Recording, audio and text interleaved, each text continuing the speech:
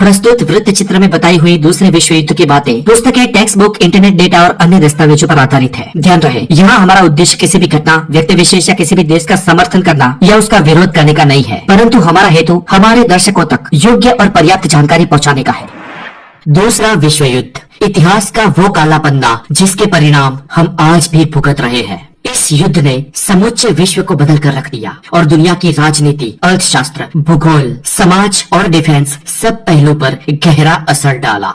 तो हम दूसरे विश्व युद्ध की शुरुआत करेंगे दूसरे विश्व युद्ध से पहले और पहले विश्व युद्ध के बाद घटी कुछ घटनाओं से, जिसको इस संसार के प्रत्येक व्यक्ति के लिए जानना बहुत जरूरी है, क्योंकि इन्हीं घटनाओं ने दूसरे विश्व युद्ध को जन्म दिया और दुनिया को एक नया भविष्य प्रदान किया, जिसे दूसरे विश्व युद्ध का आगाज कह सकते हैं। इतिहास गवाह है कि किसी भी घटना के होने में उसके पीछे कोई ना कोई कारण या वजह जरूर होती है। जब पहला विश्व युद्ध हुआ, उसके पीछे भी 3 कारण थे। एक था यूरोप में भाषावाद या जातिवाद के नाम पर बढ़ चढ़कर बोल रही देशभक्ति। दूसरा कारण था यूरोप की महासत्ताओं ने खोजे हुए नए नए वेपन्स और नई टेक्नोलॉजी। और तीसरा कारण था यूरोप के देशों के बीच में एक दूसरे को बचाने के लिए आपस में हुई संधियां या समझौते। तो ये 3 मुख्य कारणों से पहला विश्व युद्ध हुआ था, जिसके बारे में हमने इस वीडियो के पहले वाली डॉक्यूमेंट्री में हमारे चैनल पर विस्तार से जाना। अगर आपने वो वीडियो नहीं देखा तो इस वीडियो को देखने के बाद इसके डिस्क्रिप्शन में दी गई लिंक पे जाके उस वीडियो को जरूर देखें। और अगर आप हमारे चैनल द नॉलेज पर नए हैं तो इसे सब्सक्राइब जरूर कर दें, ताकि हमारे पिछले और आने वाले वीडियो आपको सरलता से प्राप्त हो सके। दोस्तों, जैसे मैंने आपको आगे बताया कि पहला विश्व युद्ध होने में मुख्य 3 कारण थे, ठीक वैसे ही दूसरा विश्व युद्ध होने में सबसे बड़ा कारण था खुद पहला विश्व युद्ध। और इसकी कहानी की शुरुआत होती है जर्मनी की एक मिलिट्री हॉस्पिटल से। वर्ष था 1918 और पिछले 4 सालों से पहला विश्व युद्ध चल रहा था। इस मिलिट्री हॉस्पिटल में युद्ध में घायल जर्मन सैनिकों को लाया जा रहा था, जिनका इलाज यहाँ पर हो सके। इन घायल सैनिकों में से कई मर जाते और कईयों की स्थिति बहुत गंभीर हो जाती। कुछ अपाहिज हो जाते तो कुछ रिकवर भी कर जाते। इनमें रिकवर करने वालों में से ज्यादातर सैनिक ऐसे थे जो वापस युद्ध में नहीं जाना चाहते थे। लेकिन इस हॉस्पिटल में उस वक्त एक 28 साल का सैनिक एडमिटेड था और जिसका जज्बा इन सब सैनिकों से अलग था। हॉस्पिटल के एक डॉक्टर एडमंड फॉर्स्टर ने ये मार्क किया कि 28 साल का ये सैनिक वापस युद्ध में जाने के लिए बेताब था और वो जर्मनी के लिए मरने के लिए भी तैयार था, लेकिन हार उसको स्वीकार नहीं थी। डॉक्टर एडमंड उस सैनिक के पास गए और पूछा कि तुम युद्ध में जाने के लिए इतने बेताब, इतने उतावले क्यों हो? और उस सैनिक ने जवाब दिया, मैं अपने देश के लिए लड़ना चाहता हूँ। आप मुझे ये बताएं कि मैं कितने समय में ठीक हो जाऊंगा। तब डॉक्टर ने उसे बताया कि आपकी आंख ब्लाइंड हो चुकी है। युद्ध में दुश्मन देशों ने छोड़े कुछ वेपन्स के गैस के कारण हमारे कई सारे सैनिकों की आंखें ब्लाइंड हो चुकी है और वो अंधे हो गए हैं। बदकिस्मती से आप उनमें से एक हैं। तब उस जर्मन सैनिक ने कहा, ये मुझे मंजूर नहीं, कुछ भी हो मैं युद्ध में वापस जाना चाहता हूँ। और इसका जवाब देते हुए डॉक्टर एडमंड ने कहा कि आपको अभी आपकी मेंटल पावर और इच्छा शक्ति ही ठीक कर सकती है। पता नहीं कैसे, पर डॉक्टर ने कहे ये शब्द उस सैनिक के मन पर गहरा असर कर गए और अपनी मानसिक दृढ़ता और दृढ़ मनोबल के कारण वो सैनिक कुछ ही महीनों में ठीक होकर मिलिट्री हॉस्पिटल से बाहर निकला। वैसे जर्मनी के लिए इस सैनिक का ठीक होना बहुत जरूरी था, क्योंकि ये सैनिक भविष्य में जर्मनी को महासत्ता की राह दिखाने वाला था। क्योंकि जर्मनी के लिए मरने का जज्बा रखने वाला और मिलिट्री हॉस्पिटल से ठीक होकर बाहर निकलने वाले इस 28 साल के सैनिक का नाम था एडोल्फ हिटलर।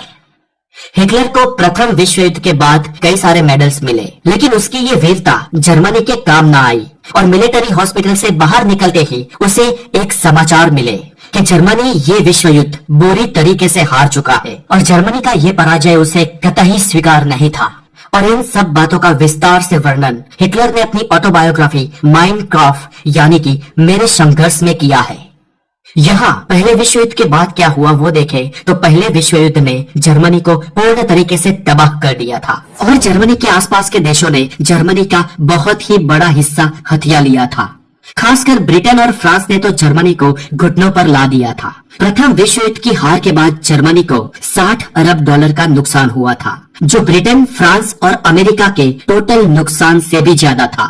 जर्मनों का पूरा अर्थतंत्र खत्म हो गया था। जर्मनी का सम्राट केजर भी कहीं जीते हुए देश उसे मौत के घाट न उतार दे, इस डर से गादी त्याग कर नेदरलैंड्स चला गया था और जर्मनी की प्रजा अब राम भरोसे थी। हालांकि जर्मनी में एक काम चलाऊ सरकार का गठन हुआ था, लेकिन उस सरकार ने भी बिना कोई शर्त पूर्ण रूप से हार स्वीकार कर ली थी और इसलिए फ्रांस, ब्रिटेन और अमेरिका के सामने अभी कोई दुश्मन ही नहीं था, जिस वजह से अब युद्ध को आगे बढ़ाने का कोई कारण नहीं था।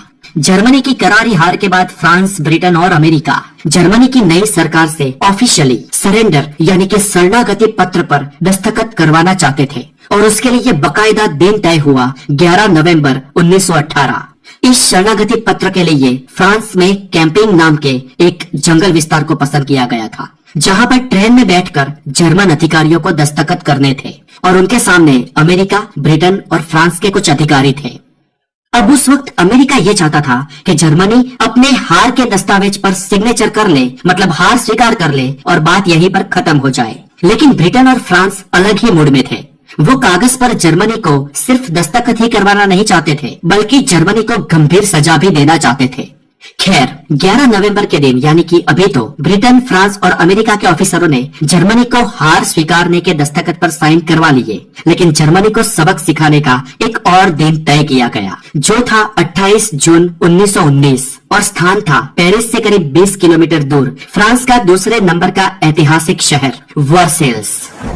उस दिन वर्सेल्स शहर में लगभग आधी दुनिया के प्रतिनिधि मौजूद थे और वहां पर हुए इन करार को वर्सेल्स करार या वर्सेल्स संधि भी कहते हैं। इस विवादित वर्सेल्स करार के अंतर्गत लगभग आधे से ज्यादा जर्मनी का भौगोलिक हिस्सा जर्मनी को अपने आसपास के देशों को यानी कि विश्व युद्ध में जीते हुए प्रतिनिधियों को दे देना पड़ा। फ्रांस और ब्रिटेन ने जर्मनी के नेचुरल रिसोर्सेज पर भी कब्जा कर लिया और जर्मन डिफेंस के, उनकी सेना के सभी हथियारों को ले लिया गया। जर्मन सरकार के पास मौजूद गोल्ड और वेल्थ पर भी कब्जा कर लिया गया। सिर्फ इतना ही नहीं, जर्मन फिर से कभी भी युद्ध ना लड़ पाए, इसलिए उनके सैन्य में सिर्फ 1 लाख या उससे कम ही सैनिक होंगे और शस्त्र भी उन सैनिकों के मुताबिक ही होने चाहिए, ऐसे दस्तखत करवा लिए। ज्यादा शस्त्र बनाने की और बड़े शस्त्रों का उत्पादन करने की जर्मनी को अब इजाजत नहीं थी। ब्रिटेन और फ्रांस यहीं पर नहीं रुके।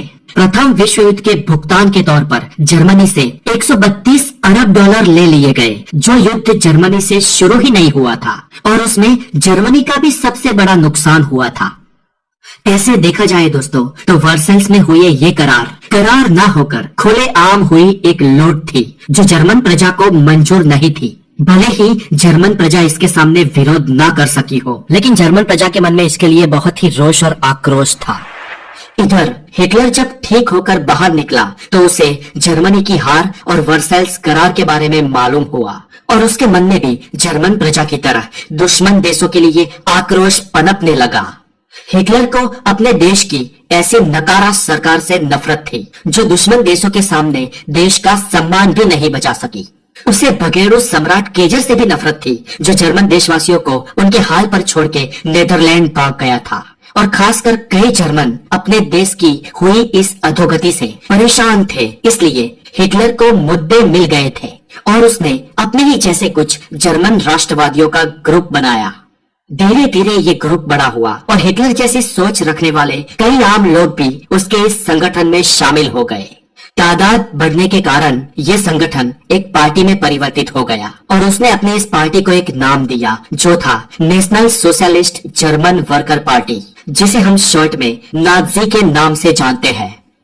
खैर धीरे धीरे हिटलर का नाजी पक्ष और बड़ा होता गया और भविष्य में हिटलर का नाजी पक्ष जर्मनी की सत्ता में आ जाए उसकी पूर्ण संभावना थी।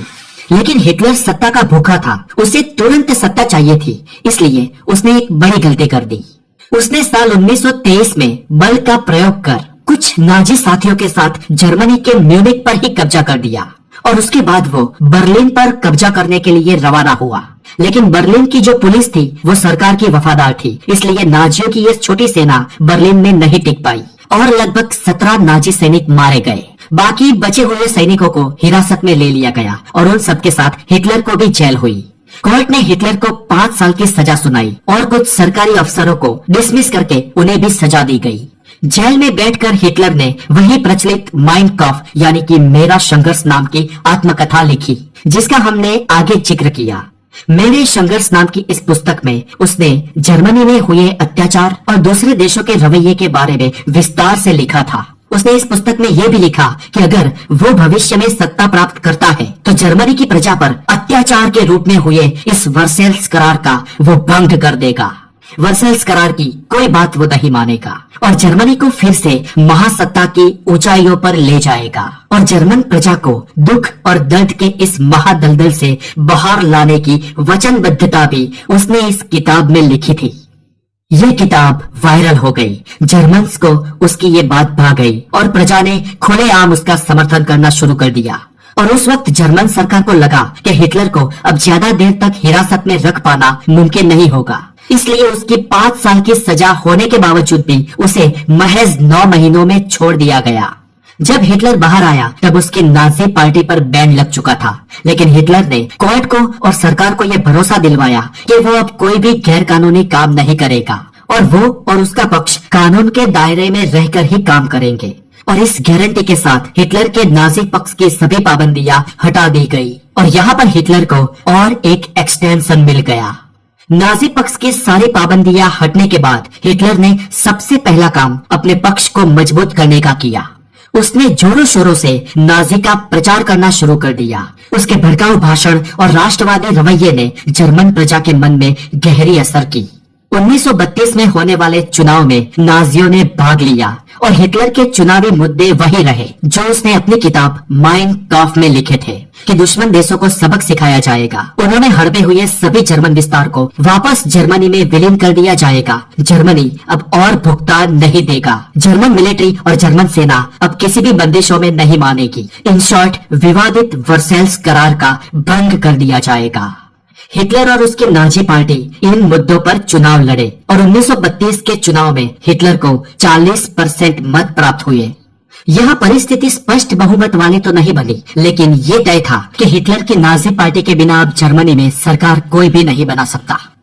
जर्मन प्रमुख हिंडनबर्ग ये समझ गए कि अब नाजियों की सहायता के बिना कोई भी पक्ष जर्मनी में सरकार का गठन नहीं कर सकता। इसलिए उन्होंने हिटलर और कुछ नाजी सैनिकों को सरकार बनाने की ऑफर के साथ कुछ कैबिनेट सीटें देने का भी आश्वासन दिया और हिटलर ने ये कहते हुए उनकी ऑफर ठुकरा दी कि वो जर्मनी का कोई कैबिनेट मिनिस्टर नहीं, लेकिन जर्मनी का प्रधानमंत्री या यूं कहे कि चांसलर बनना चाहता है।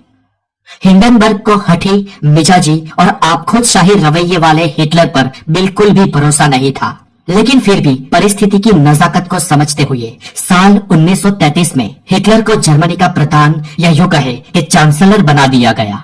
अब ये परिस्थिति थी कि हिंडनबर्ग खुद एक प्रमुख के तौर पर सिर्फ बंधारण के यानी कि संविधान के ही सुप्रीमो थे, जबकि हिटलर के पास अब असली सत्ता थी और अब वो जर्मनी का सर्वे सर्वा था। हिटलर ने चांसलर बनने के कुछ ही समय बाद जर्मनी के दूसरे राजकीय पक्षों को खत्म कर दिया। उसने अखबारों और मीडिया पे सेंसरशिप लगा दी। कोई भी अगर विरोध करे तो उसे गिरफ्तार करने का हुक्म दे दिया और नाजी पक्ष की सीक्रेट पुलिस को स्पेशल पावर दे दिए गए। इसके बाद सन 1934 में प्रमुख हिंडनबर्ग का अवसान हुआ और इसके साथ ही हिटलर ने अब चांसलर के साथ साथ जर्मनी का प्रमुख पद भी हथिया लिया और ऐसे चांसलर और प्रमुख दोनों को मिलाकर वो जर्मनी का एक सरमुख हत्यार शासक बन गया। अब उसे किसी की भी परवाह नहीं थी और जर्मनी में तो अब उसे कोई चैलेंज करने वाला नहीं था। हिटलर ने अब जर्मनी को लगातार काम पर लगा दिया। उत्पादन में अब बढ़ोतरी हो ऐसे नियम और कानून बना दिए गए। वर्सेल्स करार का भंग करते हुए असंख्य हथियार, तोप और सबमरीन्स बनाने का कामकाज फोर्थ गियर में डाल दिया गया। जर्मनी की हर चीज अब स्पीड में हो रही थी और इन सब के बीच हिटलर ने कई सारे अमानवीय काम भी किए। कई लोगों को मौत के घाट उतारा, कई लोग बेघर हुए, कुछ रोटियों के बदले पूरा काम लिया जाता था और ज्यूइश कम्युनिटी के ऊपर तो हिटलर ने कभी ना माफ करने वाला एक बर्बरतापूर्व व्यवहार किया। हिटलर तो ज्यूइश लोगों को जर्मनी के माथे पर एक कलंक समझता था। उसने जर्मनी की पहले विश्व युद्ध में हार के लिए यहूदियों को ब्लेम किया। उसने ये भी कहा कि यहूदी मुनाफाखोरी करते हैं और ब्याज पे पैसे देते हैं और जर्मन करेंसी, जर्मन रिचमार्क जब टूट रहा है इसलिए वो जर्मनी के पैसे स्विस बैंकों में और अन्य देशों में ट्रांसफर करते जा रहे हैं। और ये सब इल्जाम लगाकर उसने ज्यूइश लोगों को जर्मनी के लिए डेंजर है ऐसा कहा। और इसीलिए वो इस कौम को जर्मनी से पूरी तरह मिटाना चाहता था। और इसीलिए उसने अपनी नाजी आर्मी के साथ मिलकर यहूदियों को खत्म करने का प्लान बनाया और अपनी इस शैतानी हरकत को उसने नाम दिया था द फाइनल सॉल्यूशन, जिसे आज हॉलोकॉस्ट कहा जाता है। हॉलोकॉस्ट का मतलब होता है पूर्ण विध्वंस, और हिटलर के ऑर्डर पर 6.5 मिलियन यहूदियों का कत्लेआम कर दिया गया। औरतें, बूढ़े, बच्चे, किसी को नहीं बख्शा गया, और ये इतिहास की सबसे भयानक घटना थी। दोस्तों, हॉलोकॉस्ट अपने आप में एक बहुत बड़ा टॉपिक है, इसलिए इसके बारे में हम किसी और वीडियो में जानेंगे। खैर, जर्मनी की प्रगति होती रही। फ्रांस और ब्रिटेन ये सब कुछ देख रहे थे, फिर भी हाथ पे हाथ धरे बैठे थे। यहाँ पर जब हिटलर ने पूरे जर्मनी को वेपनाइज्ड कर दिया, उसके बाद उसने दुश्मन देशों ने हथियाए हुए जर्मनी के प्रदेशों को वापस लेने का प्लान बनाया, और सबसे पहला हमला उसने राइनलैंड पे किया। राइनलैंड मूलतः जर्मन प्रदेश था, लेकिन उसको फ्रांस ने हथिया लिया था। 1936 में हिटलर ने वहां पर फौज को भेजकर इस राइनलैंड वाले प्रदेश को वापस ले लिया, और उसके सामने फ्रांस विरोध भी ना कर सका। उसी साल हिटलर ने ऑस्ट्रिया और चेकोस्लोवेकिया ने जर्मनी के हथियाए हुए दोनों प्रदेशों को वापस ले लिया, और उसके बाद अगला टारगेट था पोलैंड। जर्मनी का सबसे बड़ा भूभाग जिसने हथियाया था वो देश भी पोलैंड ही था। अब यहाँ पर पोलैंड पर अगर आक्रमण हुआ तो फ्रांस और ब्रिटेन उसकी मदद करेंगे। ये संधि उन्होंने पहले ही कर रखी थी, ये जुबान उन्होंने पहले ही दे रखी थी। इसलिए पोलैंड पर अटैक करने से पहले हिटलर ये चाहता था कि किसी तरीके से ये साबित कर दिया जाए कि पहला हमला पोलैंड ने किया था, और इसके लिए हिटलर ने बकायदा एक नाटक रचा। अब हिटलर ने जर्मन जेलों में जिन कैदियों को मौत की सजा सुनाई गई थी, उन कैदियों को पोलैंड के वस्त्र पहनाकर उनको शूट आउट कर दिया, उन्हें मार डाला, और उसके बाद उन्हें पोलैंड और जर्मनी के बॉर्डर पर रखवा दिया गया। और कुछ ही समय बाद जर्मन बॉर्डर से ये समाचार टेलीकास्ट किए गए कि कुछ पोलिश सैनिकों ने जर्मनी में घुसपैठ की है, और इस समाचार को पोलिश भाषा में भी भाषांतरित किया गया ताकि पोलैंड के लोग भी समझ सके। और इस नाटक के बाद 1 सितंबर साल 1939 को सुबह 4:45 पर जर्मन टैंकों ने पोलैंड पर हमले शुरू कर दिए, और ये था दूसरे विश्व युद्ध का आरंभ। और इसके बाद 6 सालों तक खत्म ना होने वाला एक भयानक दूसरा विश्व विग्रह शुरू हो गया, और जिस युद्ध में उस वक्त की दुनिया की 3% आबादी खत्म हो जाने वाली थी। खरबों डॉलर का नुकसान होने वाला था, करोड़ों लोग बेघर हो जाने वाले थे, और कई सारे देश निस्तनाबूद हो जाने वाले थे। इसी दूसरे विश्व युद्ध की वजह से दुनिया के कई सारे देशों का अस्तित्व ही मिट जाने वाला था, और कई नए देशों का जन्म होने वाला था। और प्रथम विश्व युद्ध ने पूरी दुनिया पर जितने गांव नहीं मारे, उससे ज्यादा गांव ये दूसरा विश्व युद्ध मारने वाला था, जिसकी वजह से पूरी दुनिया ही बदल जाने वाली थी, और जिसी की वजह से आज की ये हमारी नई दुनिया पैदा होने वाली थी। इस दूसरे विश्व युद्ध को ग्लोबल वॉर या टोटल वॉर भी कहा जाता है। टोटल वॉर इसलिए क्योंकि इस विश्व युद्ध में पहले विश्व युद्ध की तरह सिर्फ सैनिक और सरकारें ही नहीं, लेकिन आम आदमी, एक समाज के कॉमन मैन भी शामिल थे। जब पहले वॉर होती थी तो आम तौर पर सेनाएं आपस में लड़ती थी, लेकिन दूसरे विश्व युद्ध में आम नागरिकों को, जनता को भी टारगेट किया गया था। कई देशों ने अपने दुश्मन देशों की जनता पर गोले बरसाए थे, बॉम्ब फेंके थे, कत्लेआम किए थे, बच्चों, बूढ़ों, औरतों को भी मारा था, और कई सारे छोटे बड़े शहरों पर मिसाइलें भी दागी थी। इसलिए इस विश्व युद्ध में लगभग कोई भी दुनिया का ऐसा इंसान नहीं था जिसके सर पर तलवार लटकती ना हो, और इसी कारण इसे ग्लोबल वॉर या टोटल वॉर भी कहा जाता है। ये युद्ध 1 सितंबर 1939 से लेकर 2 सितंबर 1945 तक, यानी कि ठीक 6 साल और 1 दिन तक चला था।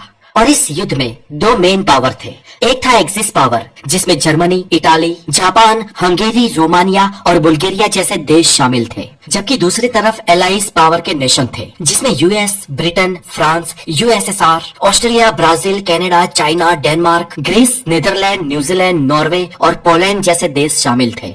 यहाँ पर याद रहे कि इटली पहले विश्व युद्ध में एलायंस पावर में था, जबकि वो दूसरे विश्व युद्ध में एक्सिस पावर में शामिल हो गया था।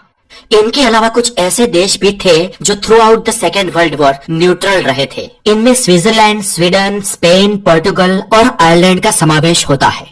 दोस्तों, आप सोचेंगे कि दूसरे विश्व युद्ध में भारत कहाँ पर था? तो दोस्तों, उस वक्त भारत ब्रिटिश राज के अंतर्गत था, लेकिन भारत तो था, हमारी संस्कृति भी थी और हमारे देशवासी भी थे। इनफैक्ट उस वक्त दुनिया की सबसे बड़ी सेना ही ब्रिटिश इंडियन आर्मी हुआ करती थी, जिसमें हमारे लोग थे।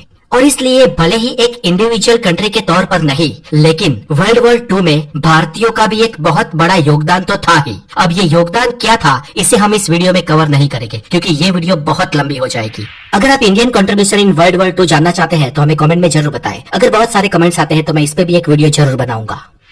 अब 1939 में जर्मनी के पोलैंड पर हमला करते ही दूसरे विश्व युद्ध का आगाज हो चुका था। अब दोस्तों 1 सितंबर 1939 की सुबह 4:45 पर जर्मनी ने जिस महायुद्ध का आरंभ किया, उसके कुछ ही घंटों में लगभग 15 लाख जर्मन नाजी सैनिक पोलैंड देश के अंदर घुस गए और महज 1 महीना होते होते तो पूरे पोलैंड देश को ही जीत लिया। अब पोलैंड पर हमला होने पर पोलैंड को मदद करके उसके लिए लड़ने का वायदा करने वाले फ्रांस और ब्रिटेन भी पूरे पोलैंड को खत्म होते देख रहे और कुछ न कर सके। पोलैंड को जीतने के बाद लगभग 6 महीने तक हिटलर शांत रहा। उसने कोई भी प्रतिक्रिया की नहीं, लेकिन उसका अगला टारगेट फ्रांस और ब्रिटेन थे, क्योंकि यही वो देश थे जो जर्मनी की दयनीय स्थिति के लिए जवाबदार थे और सबसे विवादित ऐसे वर्सैल्स करार के नायक। दूसरे विश्व युद्ध में हिटलर जर्मन सत्ता को पूरे के पूरे यूरोप में फैलाना चाहता था, और वो ही नहीं, ऐसे ही सोच रखने वाला एक और तानाशाह इटली में भी पैदा हो गया था, जो था मुसोलिनी। मुसोलिनी इटालियन सत्ता फिर से यूरोप में खड़ी करना चाहता था और रोमन राज जैसी हुकूमत फिर से यूरोप में लाना चाहता था। वहां तीसरी ओर पूर्व में जापान लड़ रहा था। जापान चारों ओर समुद्रों के बीच एक टापू समान छोटा सा देश जो एशिया में अपनी हुकूमत कायम करना चाहता था और पूर्व तथा दक्षिण एशिया के देशों को जीतकर पूरा एक विशाल कंट्री जापान राज बनाना चाहता था। इसके लिए उसने चीनियों को तो पकड़ पकड़ कर काटा था। पूरा चीन घुटनों पर था। जापान एक जमाने में पूरे रशिया को भी हरा चुका था। ये वो जापान था जहाँ का प्रत्येक नागरिक सच्चा राष्ट्रभक्त था, देश के लिए मरने को भी तैयार। और इस तरह साम्राज्यवादी नीतियों को ध्यान में रख ये 3 देश जर्मनी, इटली और जापान विश्व युद्ध लड़ रहे थे।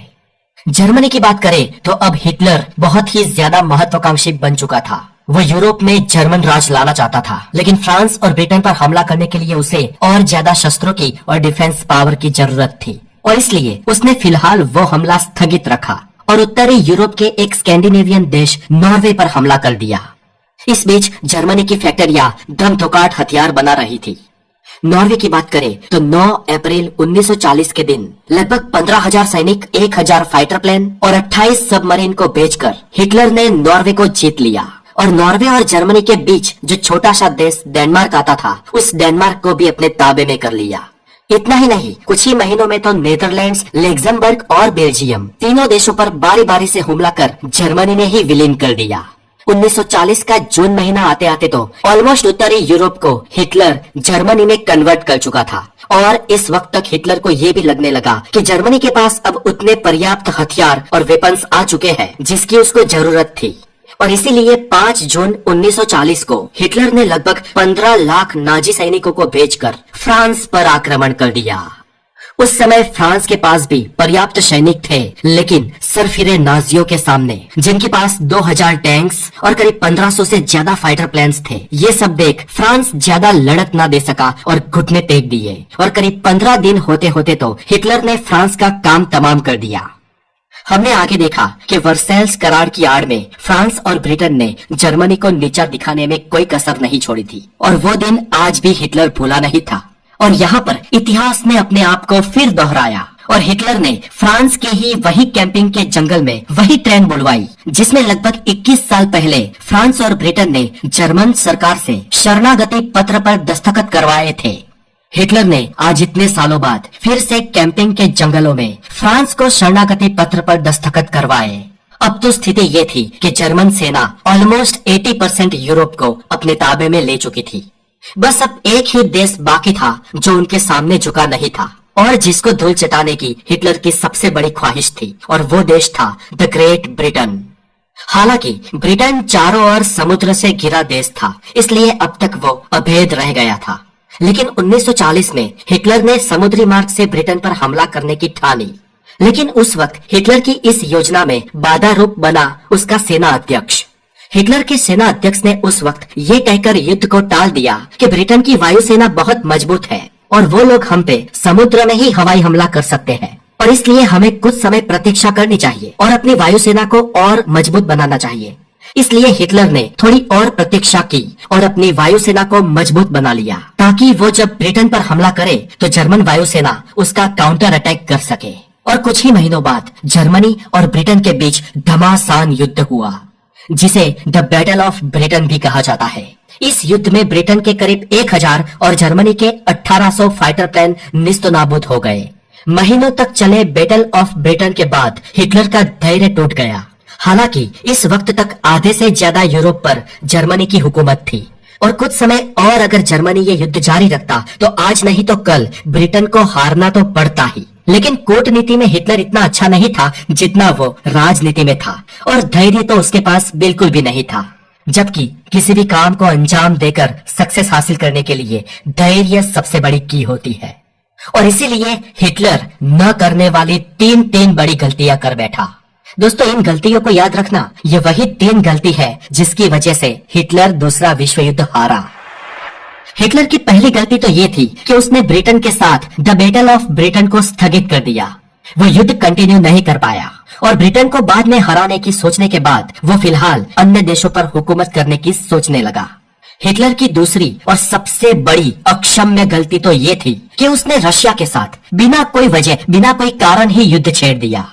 रशिया के साथ युद्ध करने के लिए हिटलर ने 30 लाख सैनिक, 7000 टैंक्स और 4000 फाइटर प्लेन्स रवाना किए, और इसके बाद जर्मन नाजी सैनिकों ने रशिया में घुस की। लेकिन वो रशिया की सेना के सामने और रशिया के कोल्ड विंटर के सामने टिक नहीं पाए। हिटलर ने रशिया पर आक्रमण करने की गलती की सो की, लेकिन उसने ये गलती विंटर में की। रशियन विंटर बहुत ही खतरनाक होता है और उसने ठंडी के मौसम में ही रशिया में घुसपैठ की, और ठंडे मौसम के चलते करीब 9 लाख नाजी सैनिक मारे गए, और रशियन सैनिक वहां पर जर्मन नाजी सैनिकों को खदेड़ते हुए जर्मनी की बॉर्डर तक आ गए। दोस्तों, हिटलर की तीसरी गलती ये थी कि उसने बिना कोई वजह अमेरिका के सामने युद्ध डिक्लेयर कर दिया, जबकि विवादित वर्सेल्स करार के दरमियान और उससे पहले भी जर्मनी के लिए अमेरिका का रवैया सॉफ्ट था और अमेरिका और जर्मनी के बीच कोई दुश्मनी भी नहीं थी।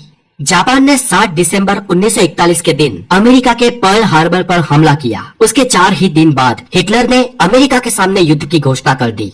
हिटलर ने शायद ये सोचा होगा कि अग्नि एशिया में जापान ब्रिटेन के सामने लड़ रहा है, जो जर्मनी का दुश्मन था, इसलिए दुश्मन का दुश्मन दोस्त हुआ, और अब जापान ने अमेरिका पर हमला कर दिया। इस वजह से दोस्त का दुश्मन दुश्मन हुआ। शायद इन समीकरणों की वजह से हड़बड़ी में हिटलर ने अमेरिका के साथ युद्ध डिक्लेयर कर दिया होगा, लेकिन इसके परिणाम जर्मनी और हिटलर के लिए घातक साबित होने वाले थे। 6 जून 1944 के दिन अमेरिका, ब्रिटेन और दूसरे मित्र राष्ट्रों की सेना यूरोप में घुस गई और जर्मनी पर हमला कर दिया, जिसमें कई नाजी सैनिक मारे गए, और वर्सेल्स करार में अपने साथ हुए अत्याचारों का बदला लेने वाला जर्मनी फिर से घुटनों पर आ गया।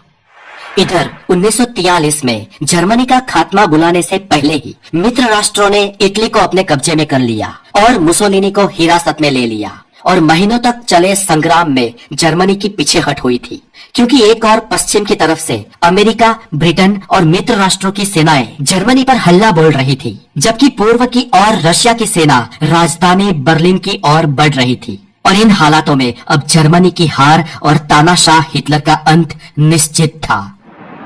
हिटलर ने अपने अंतिम दिन जर्मनी में बर्लिन के सचिवालय के अंडर में बने द वॉल्फ लेयर यानी कि फ्यूरर बंकर कहे जाने वाले अपने आवास स्थान में गुजारे। इस बंकर में हिटलर 800 दिनों से था। जर्मनी की ये बंकर थी तो बहुत मजबूत, लेकिन बर्लिन पर हो रहे तोप गोलों ने इस बंकर की नींव और उसकी छत को हिला दिया था। हिटलर को अब अपना अंत नजदीक लग रहा था। उसने कुछ बड़े नाजी अफसरों को और अपने करीबी लोगों को अपने साथ बुलाया, जिसमें उस वक्त उसके साथ 26 लश्करी अफसर और 31 चौकीदार थे। रशियंस का जो रिपोर्ट दस्तावेजों में दर्ज है, उन रिपोर्ट्स के अनुसार हिटलर ने अपने करीबियों से कहा था कि मुझे किसी भी हाल में दुश्मन देशों के हाथ पकड़े नहीं जाना है। वो एक अफसरों से मिला, लेकिन उनसे कुछ ज्यादा बातचीत नहीं की, और अब सब समझ गए थे कि आगे क्या होने वाला है। इस मीटिंग के दूसरे दिन थी तारीख 30 अप्रैल 1945। हिटलर के जीवन का ये आखिरी दिन था। इस दिन दोपहर को ईवा ब्राउन के साथ उसने लंच किया।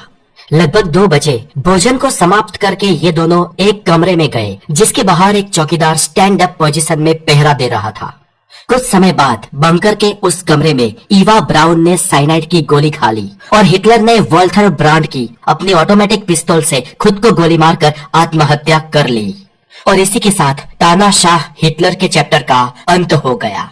हालांकि हिटलर की मौत के बारे में रशियन की ये सर्वमान्य रिपोर्ट के अनुसार घटित हुआ ब्यौरा है, लेकिन हिटलर की मौत को आज भी एक मिस्ट्री माना जाता है और उसके विषय में कई अलग अलग रिपोर्ट अलग अलग घटनाओं को बयां करती है। लेकिन सच्चाई आखिर जो भी हो, पर उस वक्त हिटलर का अंत हो गया था और जर्मनी की पराजय भी। यहाँ हिटलर की मौत और जर्मनी की पराजय के बाद यूरोप में तो लगभग दूसरा विश्व युद्ध खत्म हो गया, लेकिन एशिया में जापान अभी भी युद्ध लड़ रहा था और वो फुल फॉर्म में खेल रहा था। जापान ने मित्र देशों के नाक में दम कर रखा था। उसने अमेरिका का भी बहुत नुकसान किया और कई सारे अमेरिकन और चाइनीज टापुओं को भी जीत लिया।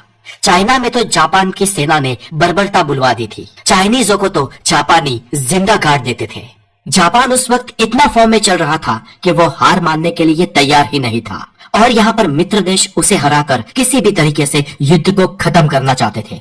इसलिए अमेरिका ने 6 अगस्त और 9 अगस्त 1945 के दिन 2 दिन एक एक करके जापान के हिरोशिमा और नागासाकी दोनों शहरों पर एटॉमिक हमला किया, जिसमें लाखों जापानीज निर्दोष लोग मारे गए।